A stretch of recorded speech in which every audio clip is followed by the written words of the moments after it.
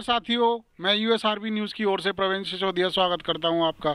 आज हम बैठे हुए हैं डॉक्टर आकाश चौहान के साथ, जो कि हाथरस की सिविल सोसाइटी से बिलोंग करते हैं, और हमारा विषय है वुमेन एम्पावरमेंट, नारी सशक्तिकरण, जो कि बहुत ज़रूरी है आज के समय में, और इसको बढ़ावा भी दिया जा रहा है भारत सरकार की ओर से, जैसा कि पूरे जगत में ही इसको बढ़ावा। नारी सशक्तिकरण आज के समय में, मॉडर्न टाइम्स में कहाँ तक सार्थक है, सनातन धर्म को लेकर के नारी सशक्तिकरण कितना सही है और आज के परिप्रेक्ष्य में वो कितना जरूरी है।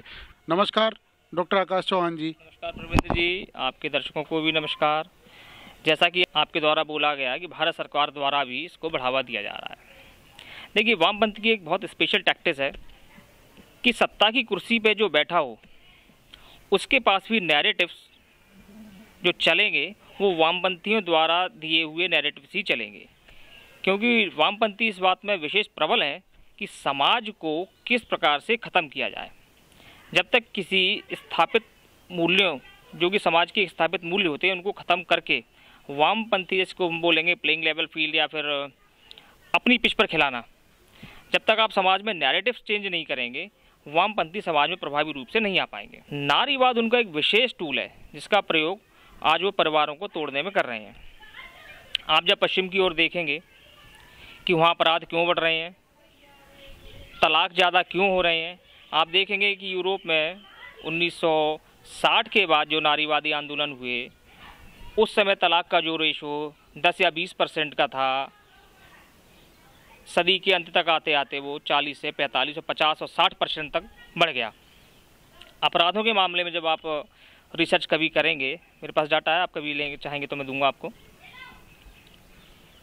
तो देखिए वो अपराध करने वाले अवयस्क और वयस्क बच्चों में एक विशेषता थी कि वे सभी बिना पिता के पले हुए परिवारों में बालक थे।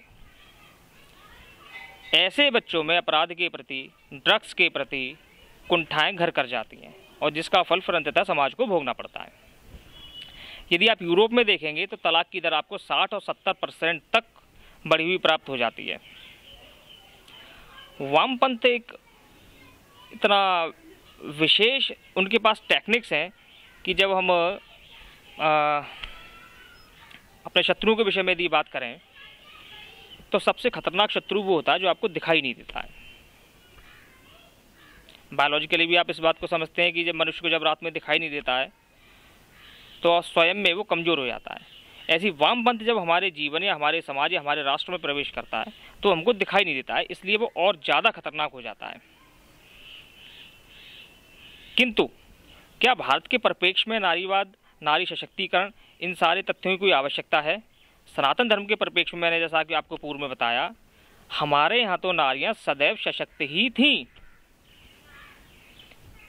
नारीवाद, आप देखिए, एक नारीवाद का एक कितना विशेष कंट्रोडक्टरी चीज़ है, मैं आपको समझाने की कोशिश करता हूँ। नारीवादी आपसे ये बोलेंगे कि हम पितृसत्तात्मक समाज के विरुद्ध लड़ रहे हैं। जब समाज में एक बलात्कार हो, किसी नारी पर कोई अत्याचार हो, तो वो उस समय कोई पुरुष नहीं कर रहा होता, वो अपराधी कर रहा होता है। किंतु नारीवादी संगठन उस अपराधी को छोड़ करके समस्त पुरुषों के और पितृसत्तात्मक परिवार, जो कि उस नारी को रक्षण प्रदान करता है, के पीछे पड़ जाते हैं। एक नारी जो कि अपने पति या पिता के साथ सुरक्षित अपने घर में, नारीवादी मानसिकता से ग्रसित होकर के जब उस स्त्री को उसके पति से तलाक कराकर या उसके पिता के विरुद्ध खड़ा करके परिवार से बाहर निकाल के और बाजार में ला करके वामपंथियों के शोषण के लिए एक नई वस्तु बना देते हैं, आधुनिक नारियां भी इन पछड़ों में आ जाती हैं। कारण वही है जो मैंने आपको पहले बताया, हमको अपने धर्म का सही ज्ञान नहीं है। माता पिता का ये दायित्व है कि वो बच्चों को बालकपन से ही या युवावस्था में कम से कम धर्म ग्रंथों का अनुशीलन, अनुकरण करना सिखाएं। क्या हमारे यहाँ जिन वेदों की ऋचाएँ जिन स्त्रियों ने रची, क्या जिस प्रकार आप महाभारत इत्यादि का अनुशीलन करेंगे तो आपको पता चलेगा सत्यभामा क्या भगवान कृष्ण के साथ युद्ध में नहीं गई? क्या केकई दशरथ के साथ युद्ध में नहीं गई? क्या कोई भी उदाहरण हमारे पास ऐसा है? क्या भक्तिकालीन मीरा नहीं हुई?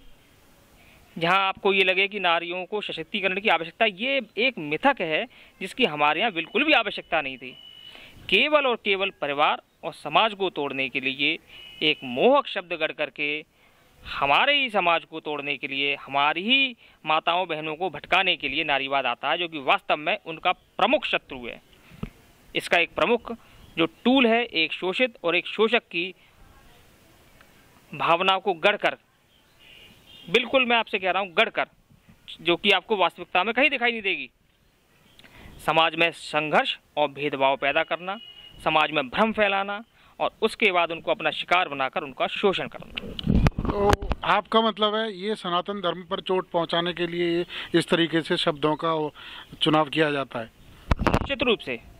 देखिए, सनातन धर्म आज चाहे मिशनरीज हों, वामपंथी हों, इस्लामिक नेटवर्क हो, सभी के टारगेट पर है, क्योंकि हम एकमात्र विश्व की प्राचीन और जीवंत सभ्यता हैं जो इस प्रकार की सभी भ्रामक और संघर्षात्मक भेदक नीतियों से हम लगातार पिछले 1000 वर्षों से लड़ रहे हैं। नारीवाद की जड़ों को खोदने पर हमें पता चलता है ये सेकेंड वर्ल्ड वॉर के बाद से ही समाज में आ चुका था और 1960 से विशेषकर से अमेरिका में इसकी व्युत्पत्ति हुई। ये पश्चिमी जगत में जब आप अब्राहमिक रिलीजन्स को देखेंगे, चाहे इस्लाम हो अथवा क्रिश्चियनिटी में भी आप देखेंगे, स्त्रियों के पास वो अधिकार नहीं थे जो भारतवर्ष की संस्कृति में स्वप्राप्त थे, क्योंकि यहाँ अधिकारों से ज़्यादा कर्तव्य की चर्चा की गई है। जब हम पति और पत्नी के संबंधों के विषय में बात करते हैं, एक विवाह हमारे यहाँ चूँकि एक संस्था है, तो जिस प्रकार पश्चिमी देशों में समानता करके परिवार को तोड़ा जा रहा है, वो हमारे यहाँ समानता ना होकर के समन्वयवादी नीतियों के पक्षधर रहे हैं। भारत में कई प्रकार की समस्याएं आप देखते होंगे, जिनकी शब्दावली विभिन्न प्रकार की हो सकती है। फेमिनिज्म जैसा कि आपने कहा, सेकुलरिज्म जैसा कि आप समझते ही हैं। तो कई बार एक बड़ा मूल प्रश्न उठता है कि क्या भारत की समस्याओं का संदर्भ भारतीय है, या हम कहीं किसी अन्य राजनीतिक आइडियोलॉजी या पश्चिम के स्वार्थ से प्रेरित होकर के हम कहीं अपने घर को ही समस्याओं का पिटारा तो नहीं बनाने में लगे हुए हैं। जब हम सनातन धर्म के विषय में चिंतन करते हैं, तो उसमें जो मेरा मौलिक चिंतन बनता है वो मुझे यह बताता है कि जीवन में, परिवार में अथवा समाज में, चूँकि परिवार समाज की सबसे छोटी इकाई है, यह हमारे राजनीतिक जीवन में कोई भी समस्या आती है तो उसका जो मूल कारण मुझे लगता है वो होता है जब हम अपने जीवन में धर्म का पालन नहीं करते हैं।